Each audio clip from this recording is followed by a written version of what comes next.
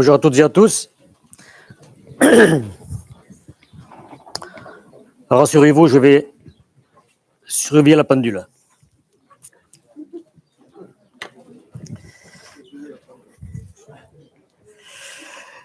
Je vous invite à lire de suite le texte qui nous concerne ce matin, le psaume 63.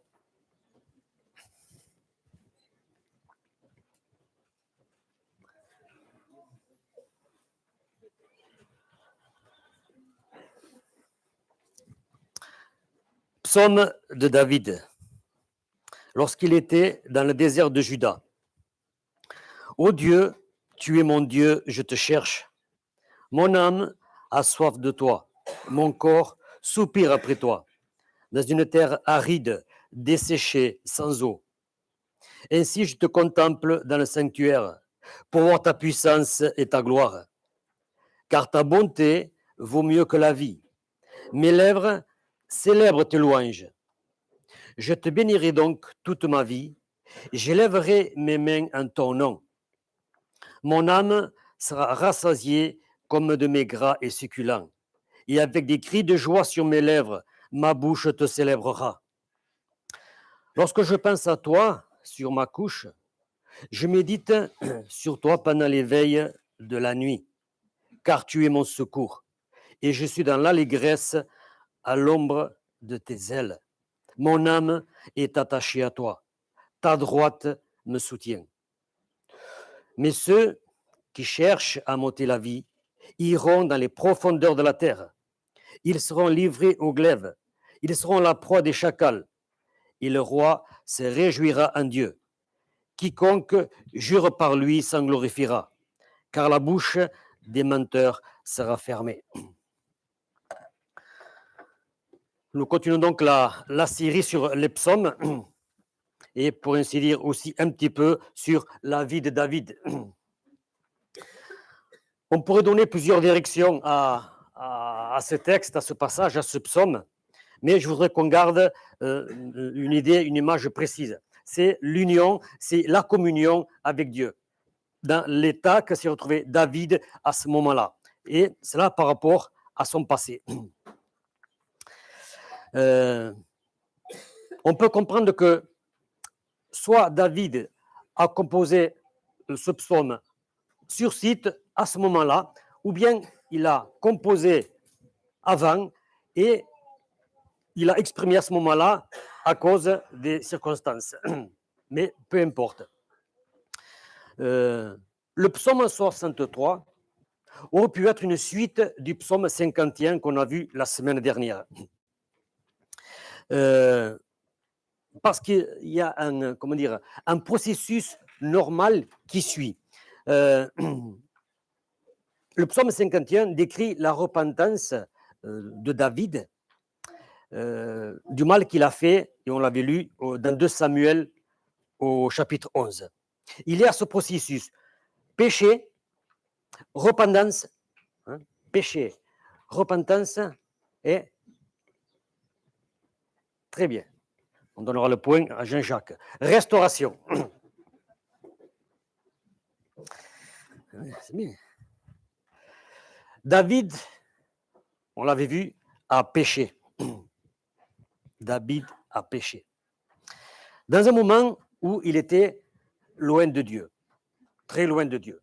Quand j'ai préparé ce passage, il y a une image qui m'est venue, c'est l'épisode de Ananias et Saphira.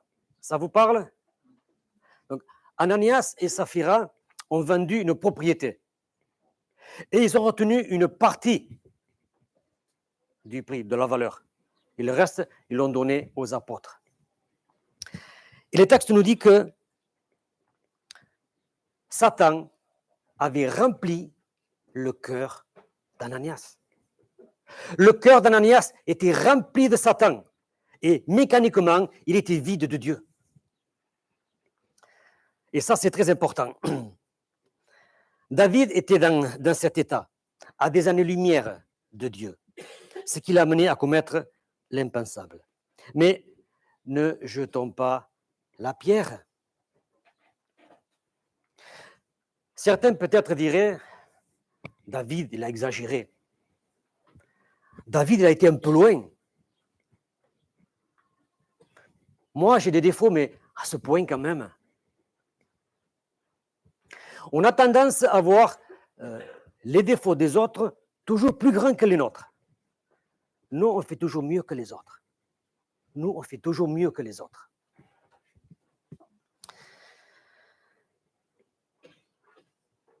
David a chuté. Mais David s'est relevé. Il demande pardon à Dieu. Et Dieu le rétablit. C'est le psaume 63. Et on retrouve le même schéma que pour le salut. Il faut se reconnaître pécheur, demander pardon à Dieu. Et Dieu nous rétablit. L'épisode de Bathsheba et le psaume 63 sont deux facettes du chrétien. Sans Dieu et avec Dieu. Comme pour Ananias, Satan avait rempli le cœur de David. Vide de Dieu. Et lorsque le cœur est vide de Dieu, c'est la chair qui prend la main. C'est la chair qui conduit. C'est la chair qui domine. C'est la chair qui consume. Dans ce psaume, nous voyons un autre David. Celui qui a fait des erreurs, mais celui qui a compris. Celui qui est revenu. Celui qui est entré dans le pardon de Dieu, dans la communion de Dieu, et qui peut dire « Ô Dieu, tu es mon Dieu.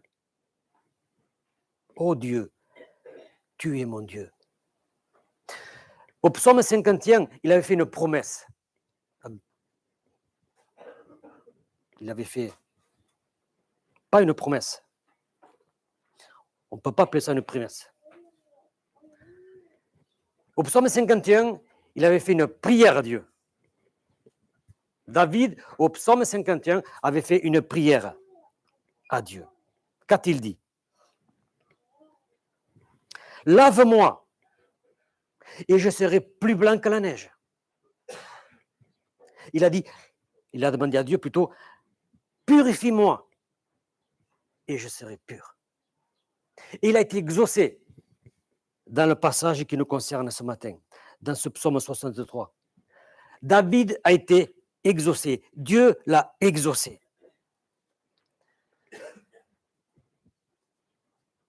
Le psaume 63 est un chant cantique de louange, de joie, même si le lieu et les circonstances ne s'y prêtent pas. Le texte nous dit que David était dans le désert de Juda, certainement poursuivi par l'ennemi. Le désert de Juda est un lieu de refuge, peu fréquenté à cause de l'accès, peu de chemins, mal entretenu, difficile d'accès. Et puis, point très important, le manque d'eau. Dans le désert, un gros problème. Il n'y a pas beaucoup d'eau. Je ne sais pas si vous avez déjà été dans le désert. Il ne vaut mieux pas oublier la gourde.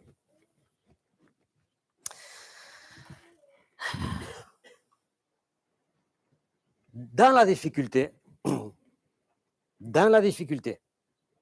David, que fait-il? Il chante les louanges de Dieu. David, dans ce moment aride, dans ce désert, il fait soif. David chante, s'adresse à Dieu, il chante les louanges de Dieu. Il n'est pas seul, parce que Dieu est avec lui. Allait-il abandonner? Lui qui l'a intronisé, qui a fait le roi d'Israël, allait-il abandonner? Bien sûr que non, et David le sait. Il ne va pas déprimer, il ne va pas tout abandonner, il ne va pas renier son Dieu. Bien au contraire, au travers de ce psaume, il va lui expliquer toute sa confiance, sa joie. Chanter dans le désert. Le désert, c'est le symbole de la difficulté. Chanter dans la difficulté. Dans 2 Chroniques 20, il nous a raconté une petite histoire que vous pourrez lire à votre guise. Un moment où Israël est attaqué. Et puis, il y a là un homme, Josaphat, qui, au moment du combat, qui donne un signal. Et à son signal, que fait le peuple? Il entonne un cantique de délivrance, un cantique de louange. Et au moment où il commence à chanter, c'est la déroute de l'ennemi. Chanter dans la difficulté. Chanter dans les moments difficiles. Que Dieu nous donne la possibilité de chanter au milieu des épreuves. Dans Matthieu 20, Jésus chante avant de se diriger vers le mont des Oliviers. Paul et Silas, en prison, chantent des cantiques. Chanter dans la difficulté.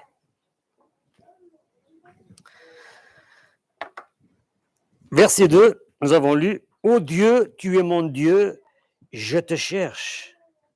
Ô Dieu, tu es mon Dieu, je te cherche. Mon âme a soif de toi. » Dans un désert normal, qu'on ait soif. Il fait chaud. Quand on se déplace dans le désert, on le fait par rapport au point d'eau. Les nomades dans le désert se déplacent par rapport au point d'eau. Ils vont de point d'eau en point d'eau tout en avançant. C'est vital. Est-ce qu'il y a des cyclistes dans la salle?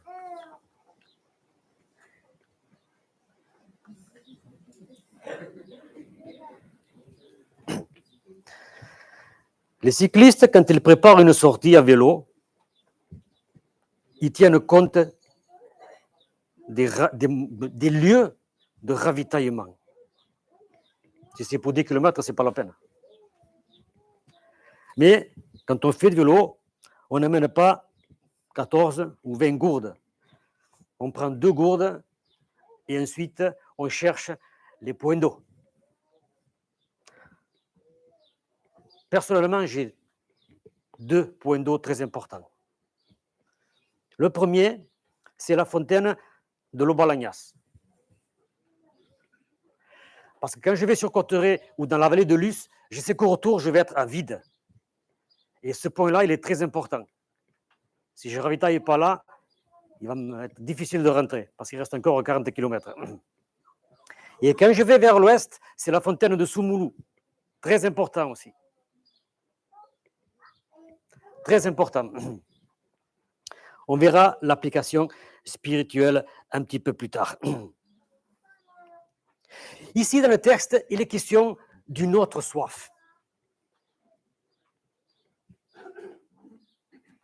Certes, David a soif, mais il ne s'en plaint pas. Pourquoi? Parce que ce n'est pas lui qui a soif. Ce n'est pas David qui a soif.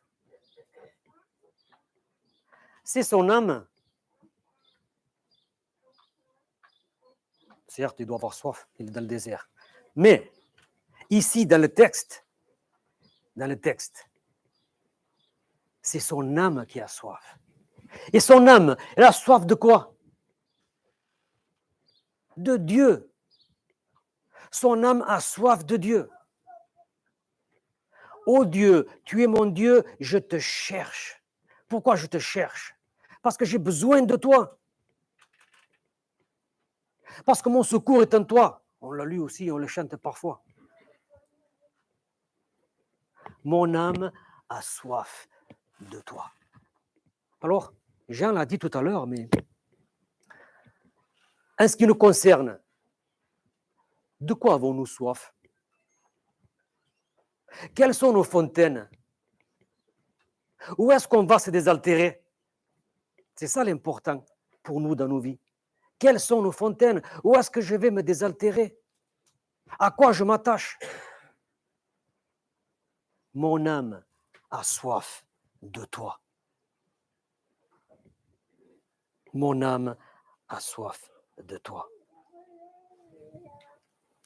Il y a un verset aussi qui dit que le royaume de Dieu, ce n'est pas le manger et le boire. C'est-à-dire tout ce que le corps, c'est le besoin du corps, ça. Mais là, on est dans un autre besoin, c'est le besoin de l'âme, qui elle aussi a besoin de se nourrir, de s'abreuver. Et là, il faut aller chercher la source, la vraie source. Et c'est Dieu. Ô Dieu, tu es mon Dieu, je te cherche. Pourquoi? Parce que Dieu est la source d'eau qui désaltère. Mon âme a soif de toi dans une terre aride, desséchée, sans eau.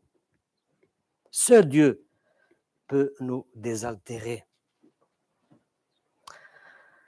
Parce que nous sommes dans un désert spirituel. Depuis le commencement, le monde est dans un désert spirituel. Et plus ça va, et pire c'est. On sait que nous vivons un petit peu, on en parle beaucoup, c'est à la mode, c'est le réchauffement de la planète. Ça se réchauffe. Et mécaniquement, plus ça se réchauffe, plus on manque d'eau. Plus l'eau est rare. Et il y a un des gros problèmes à l'avenir, ça sera la gestion de l'eau.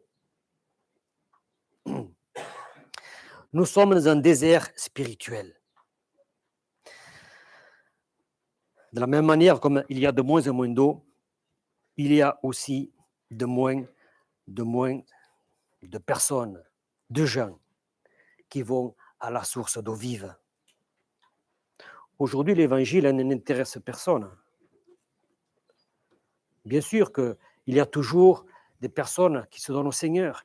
Bien sûr que tous les jours, il y a des églises qui naissent, c'est bien. Mais dans la masse, ça représente quoi? Pas grand-chose. L'évangile n'intéresse pas. L'évangile n'attire pas. Pourquoi? Parce qu'on n'a pas, comment dire, le point de vue qu'avait David, qui criait: oh Dieu, tu es mon Dieu, mon âme te cherche, mon âme a soif de toi. C'est ce qui manque à ce monde, à ce désert spirituel, c'est qu'il se tourne vers Dieu. Mon Dieu, mon âme a soif de toi, j'ai besoin de toi.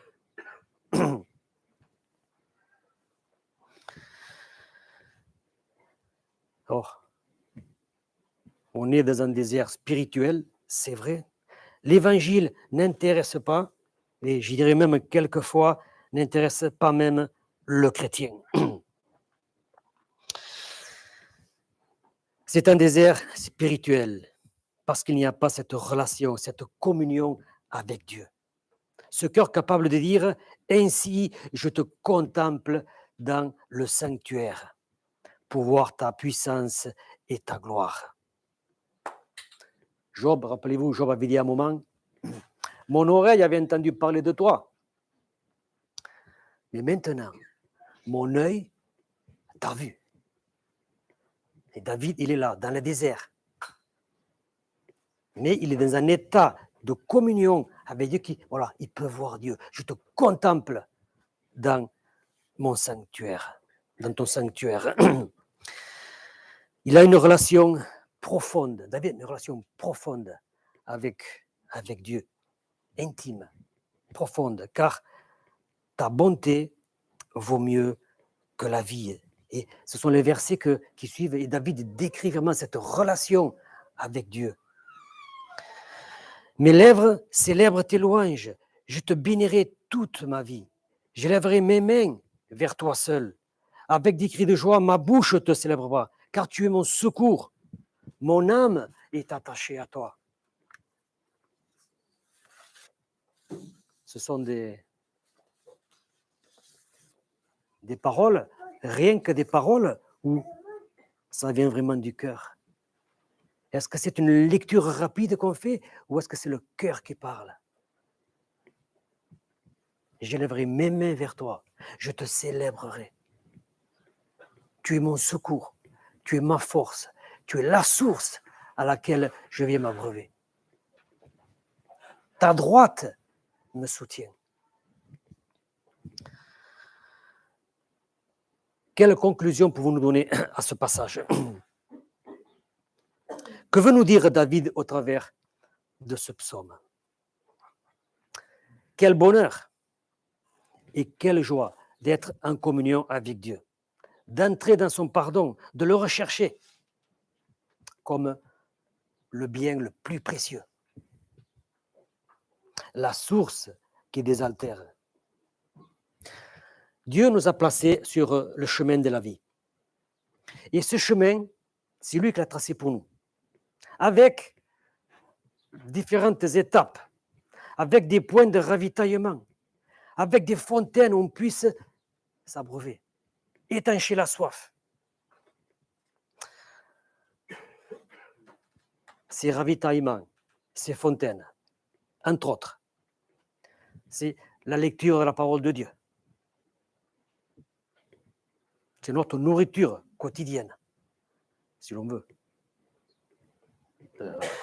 Lecture de la parole de Dieu. Cette parole, voilà, on la lit, on la médite. On la médite, on essaie de la comprendre. On essaie de la comprendre. Comme quand on déguste un bon repas, voilà, on ne l'avale pas en 3 secondes. Toutes les saveurs qui ressortent, qui montent au palais, on apprécie, on fait durer.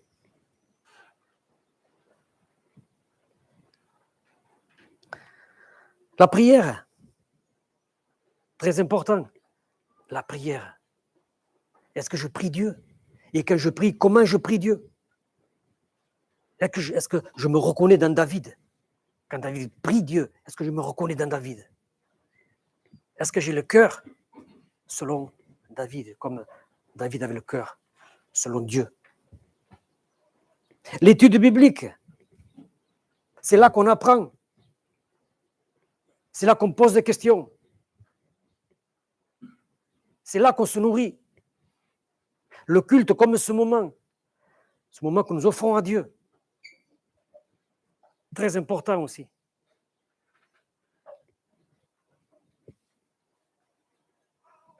Autant de fontaines auxquelles nous pouvons aller, nous désaltérer. Des étapes indispensables pour notre croissance spirituelle. Que Dieu nous donne vraiment d'être dans cette relation vraie, profonde, intime. Comme le fœtus est en relation, en communion avec la mère par le cordon ombilical, on est lié, on est unis. Que Dieu nous anime, que Dieu nous pousse vers ces étapes tellement importantes dans nos vies. Et que, je terminerai par là, que notre prière matinale soit la suivante.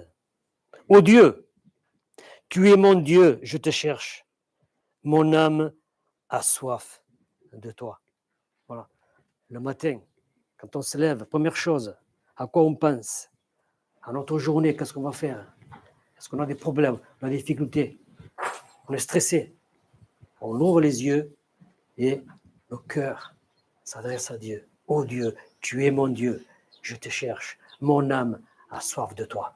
Amen.